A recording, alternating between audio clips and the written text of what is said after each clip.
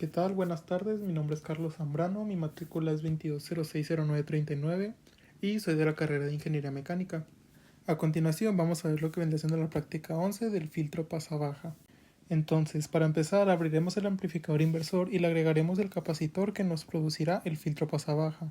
Dicho filtro pasa-baja es una combinación del amplificador inversor, solamente le agregaremos un capacitor y que va a estar en la parte superior a RF, lo que nos va a dar que este amplificador inversor tiene una ganancia de 10. Entonces, pues solamente le agregamos pues dicho capacitor que va a ser uno electrolítico de 0.001 microfaradios. Si no tenemos la resistencia, lo que tenemos es el integrador. Entonces, al poner la resistencia, tenemos un conjunto de filtro llamado pasabaja. Esto quiere decir que de 0 a la frecuencia de corte va a dejar de pasar nuestra señal con una ganancia que va a estar oscilando alrededor de un 100 y un 70%. Entonces, pues vamos a colocar nuestro resistor y vamos a calcular nuestra frecuencia de corte para este conjunto de componentes. Para calcular tenemos en la fórmula que la frecuencia de corte es algo así, que sería 1 sobre 2pi por la resistencia de 10 kilos por el capacitor de 0.01 microfaradios. Esto nos dará como resultado 15.915 kHz. Esta vendría siendo la frecuencia máxima para alcanzar la frecuencia de corte.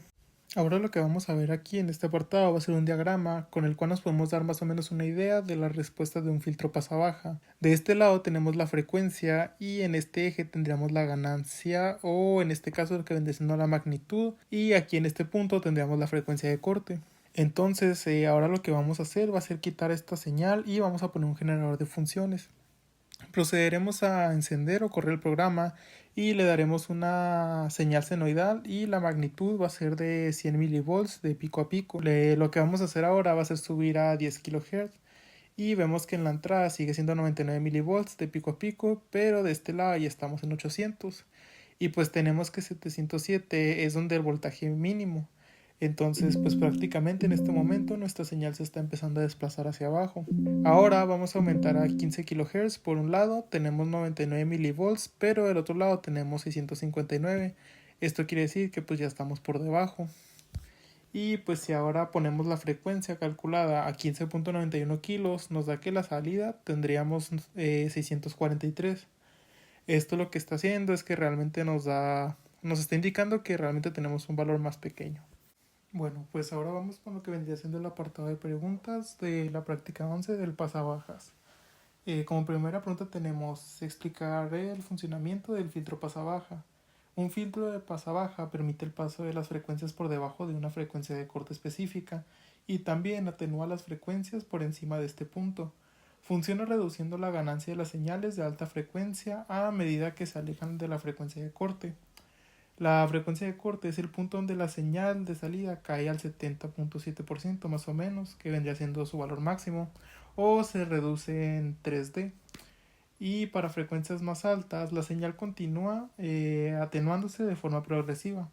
En un circuito eléctrico, un filtro de pasabaja puede lograrse mediante resistencias y capacitores, o incluso en algunos casos con inductores y capacitores LC, o mediante un circuito activo usando amplificadores operacionales para obtener un mayor control sobre la ganancia y la frecuencia de corte. Ahora como segunda pregunta tenemos indique si el voltaje de salida máxima del filtro pasabaja concuerda con el valor calculado de 1. Pues si se ha calculado un voltaje de salida máxima de 1 para el filtro pasabaja y se ha medido una salida cercana a este valor, entonces pues tenemos que ambos coincidirían. La salida real puede estar ligeramente por debajo o encima debido a las tolerancias de los componentes y la exactitud de la fuente de la señal.